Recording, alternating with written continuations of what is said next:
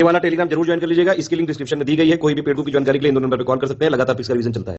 नमस्कार दोस्तों, स्वागत है आपका स्टडी फॉर सिविल डिवीजन में बीपीएससी की सेक्शन वाइज की में आपका स्वागत है। इस वाले वीडियो में हम लोग डिटेल्ड सेक्शन वाइज की देने जा रहे हैं। बीपीएससी का 67 का प्रीलिम्स का पेड बुक चालू होने वाला है 18 जनवरी 2021 से। ज्यादा जानकारी के लिए 8564880530 पे या फिर 9696066089 पे आप कॉल करके पूरी जानकारी ले सकते हैं। फ्री वाला टेलीग्राम हमारा जरूर ज्वाइन कर लीजिएगा। वहां पे लगातार पिक्स का जो है रिवीजन चलता है। लगातार हम वीडियो की अपडेट देते हैं। अगर आप हमारे यूट्यूब में है तो टेलीग्राम में होना बहुत ही जरूरी है। आप इसको खुद अटेम्प्ट करके एक बार देखिए और फिर बताइए आपके कितने क्वेश्चन सही हो रहे हैं। कमेंट करके बताइए जल्दी से कितने सही हो रहे हैं।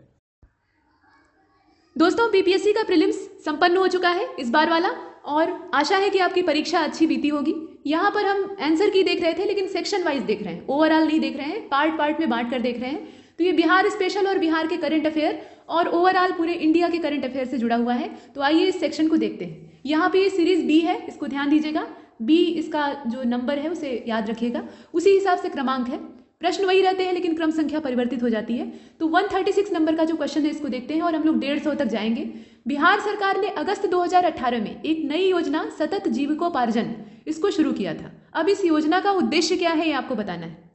तो देखने में तो लग रहा है कि ये युवाओं को बेरोजगारी कुछ भत्ता वगैरह देने से संबंधित है, लेकिन जो नशाखोरी से मुक्त कराने के लिए बिहार को प्रयास चल रहा था उससे इसका संबंध है। तो इसमें से कोई भी विकल्प जो है सही नहीं है। जितना भी है ये देखने में भले सही लगे लेकिन इसका संबंध इन चीज़ों से नहीं है। तो यहाँ नशा मुक्ति वाला जो प्रावधान था उसी के तहत इसको चलाया जा रहा है, उसी के एक पार्ट के तौर पे। हालांकि नशाखोरी से मुक्त करना ही सिर्फ इसका एकमात्र उद्देश्य नहीं है, इसके और भी बहुत सारे उद्देश्य हैं, लेकिन इसमें से कोई फिट नहीं बैठता है तो हम ई को चुनते हैं। इसके बाद चलते हैं आगे, 137 को देखते हैं। यहाँ कहा जा रहा है कि बिहार सरकार के 7 निश्चयों में से निम्नलिखित में से कौन सा सम्मिलित नहीं है।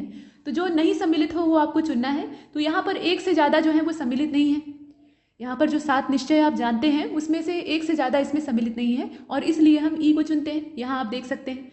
इसके बाद आगे चलते हैं। यहाँ पर 138 को देख लीजिए। इसमें कहा जा रहा है कि बिहार का प्रति व्यक्ति शुद्ध राज्य सकल घरेलू उत्पाद स्थिर कीमतों पर देश की तुलना में कम है। तो वर्ष 2018-19 में ये कितना था ये आपको बताना है। तो विकल्प आप देख रहे हैं, इसका हो जाएगा डी वाला, राष्ट्रीय औसत का 33%। ये इसका सही इसमें उत्तर हो जाएगा। इसके बाद 139 को देख लीजिए। इसमें कहा जा रहा है कि भारत में खाद्य प्रबंधन का निम्नलिखित में से कौन सा एक उद्देश्य नहीं है। तो खाद्यान्नों का वितरण इसका उद्देश्य होता है, खाद्यान्नों की खरीद भी होता है और बफर स्टॉक का रखरखाव करना ये भी इसका पर्पज होता है, लेकिन खाद्यान्नों का निर्यात करना ये इसका पर्पज नहीं होता है, इसका उद्देश्य या इसका काम ये नहीं है।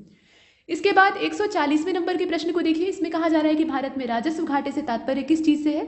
तो भारत सरकार को अपने उन व्ययों के वित्त पोषण के लिए उधार लेने की आवश्यकता होती है जो पूंजीगत परिसंपत्तियों का निर्माण नहीं करते हैं, ये इसका मतलब है। तो इसका जो बी वाला ऑप्शन है वो सही होगा।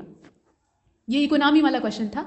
इकोनॉमी के ज़्यादातर प्रश्न जो होते हैं वो करंट अफेयर से जुड़े हुए होते हैं। इसके बाद 141 को देख लीजिए। इसमें कहा जा रहा है कि वर्ष 2019-20 में निम्नलिखित में से कौन सा देश भारत का सर्वाधिक व्यापारिक भागीदार देश बन गया है। तो व्यापार में सर्वाधिक भागीदारी 19-20 का जो सत्र था उसमें संयुक्त राज्य अमेरिका की है, यूएसए।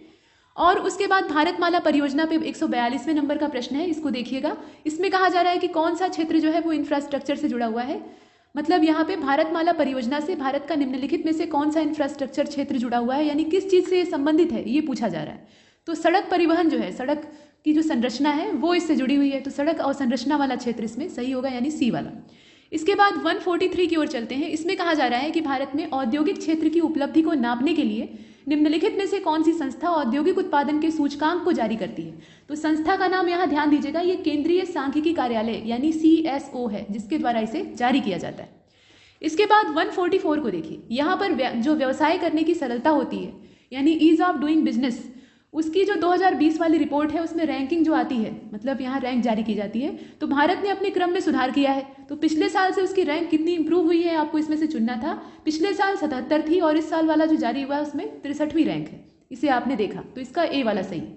इसके बाद 145वें नंबर के प्रश्न को देखिए। इसमें कहा जा रहा है कि भारत के केंद्रीय बजट में संस्थागत कृषि साख का प्रवाह बढ़ाने के लिए वर्ष 2020-21 के लिए क्या साख लक्ष्य रखा गया है। तो ये 15 लाख करोड़ रुपए का जो साख लक्ष्य है उसको यहाँ पे रखा गया है। इसके बाद पीएम कुसुम योजना, ये जो है इसका उद्देश्य क्या है। तो पीएम कुसुम योजना जो है यानी प्रधानमंत्री कुसुम योजना, ये किसानों को डीजल और केरोसिन की निर्भरता घटाने का प्रयास कर रही है। मतलब किसान इस पर ज़्यादा निर्भर न रहें, जीवाश्म ईंधन जो है।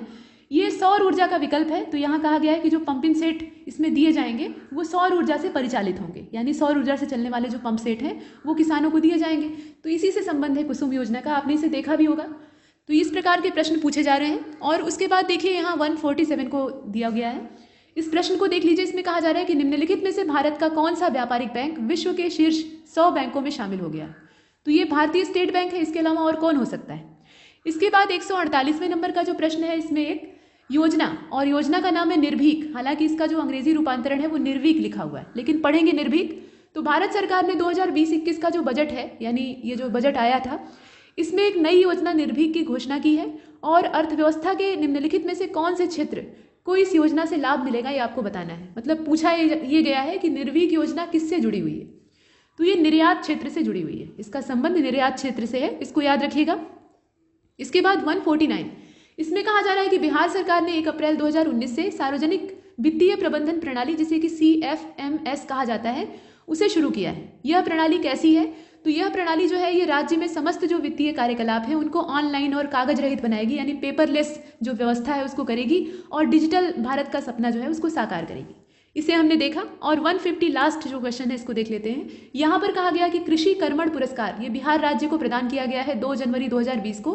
ये भारत सरकार की ओर से दिया जाता है। अब ये पुरस्कार किस क्षेत्र में दिया गया है। तो देखिए, मक्का और गेहूं के उत्पादन और उत्पादकता के लिए इसको प्रदान किया गया है। बिहार का एक बड़ा एरिया जो है वो कृषि क्षेत्र से जुड़ा हुआ है। मतलब यहाँ ग्रामीण जनसंख्या का प्रतिशत अभी भी ज़्यादा है, और लोग खेती से किसी न किसी रूप में जुड़े हुए हैं। तो ऐसे में अगर आप कृषि का विकास नहीं करेंगे तो राज्य का विकास नहीं हो पाएगा। और इसीलिए यहाँ राज्य सरकार और केंद्र सरकार दोनों ही समान पार्टी की सरकारें हैं।